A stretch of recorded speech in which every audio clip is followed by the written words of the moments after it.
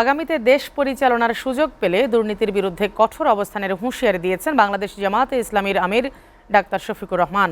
দুর্নীতির মূলোৎপাটনের ঘোষণা দিয়ে তিনি বলেন, আমরা দুর্নীতির পাতা আর ডাল ধরে টান দেব না, আমরা দুর্নীতির ঘাড় ধরে টান দেব। শুক্রবার পটুয়াখালী বাউফলে জামায়াতে ইসলামীর নির্বাচনী জনসভায় প্রধান অতিথির বক্তব্যে তিনি এসব কথা বলেন। বাউফল থেকে শাহরিয়ার জামান দ্বীপের প্রতিবেদনে বিস্তারিত। নির্বাচনী জনসমাবেশে অংশ নিতে সকাল থেকে জামায়াতের নেতাকর্মীরা শুরু করে বাউফল পাবলিক মাঠে। সকাল 10টার মধ্যে কানায় কানায় পূর্ণ হয়ে যায় সমাবেশ স্থল। এরপর আসে সেই মাহেন্দ্রক্ষণ।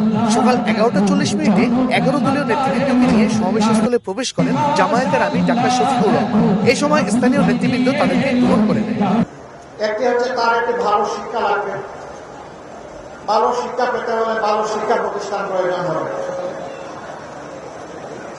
দ্বিতীয়টি হচ্ছে একটা সুস্থ সবল সমাজ গড়ার জন্য তার স্বাস্থ্য সেবার উন্নত ব্যবস্থা থাকতে হবে।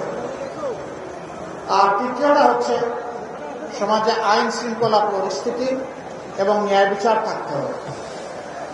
এই তিনটা জিনিস যদি কোনো সমাজে থাকে, এই সমাজ একটা ভালো সমাজে পরিণত হয়। মঞ্চে ওঠেন বাউফলের জামায়াত ইসলামের প্রার্থী শফিকুল ইসলাম মাসুদ। তিনি বলেন, মানুষ পরিবর্তন চায়, সে কারণেই 12 তারিখে দাঁড়িপাল্লায় ভোট দিবে সাধারণ মানুষ। বিজয়ী হতে পারলে বাংলাকে দুর্নীতিমুক্ত করার পাশাপাশি আন্তর্জাতিকভাবে পরিচিত করা হবে বলে জানান। সামনে দুটি নির্বাচন একই দিনে হাজির, গণভোট, সাধারণ নির্বাচন। ইনশাআল্লাহ আল্লাহ আমাদেরকে হায়াত দিলে 12 তারিখ একটা নতুন বাংলাদেশের যাত্রা শুরু হবে ইনশাআল্লাহ। 54 বছরে যেই রাজনৈতিক ব্যবস্থা, দল এবং আদর্শ আমাদেরকে দফায় দফায় দুর্নীতি, চাঁদাবাজি, মামলাবাজি, দখল বাণিজ্য, ফ্যাসিবাদ এবং বিচারহীনতা উপহার দিয়েছে, এই বাংলাদেশকে পাল্টে দিয়ে ইনশাআল্লাহ আমরা নতুন বাংলাদেশ গড়তে চাই। 13 তারিখে সূর্য উদিত হবে নতুন বাংলাদেশকে পিঠে নিয়ে ইনশাআল্লাহ। সবশেষে মঞ্চে ওঠেন জামায়াত ইসলামের আমির শফিকুর রহমান। তিনি বলেন, আল্লাহ যদি আমাদেরকে দেশ পরিচালনার সুযোগ দেন, আমরা নিজেরা চাঁদাবাজি করব না এবং কাউকে চাঁদাবাজি করতে দেওয়া হবে না। সমস্ত ত্রুটি এবং দুর্বলতার কথা এইমাত্র বললাম। আমাদের প্রত্যেকের 2 হাতের 10 আঙ্গুলের থেকে পরিচ্ছন্ন থাকবে ইনশাআল্লাহ।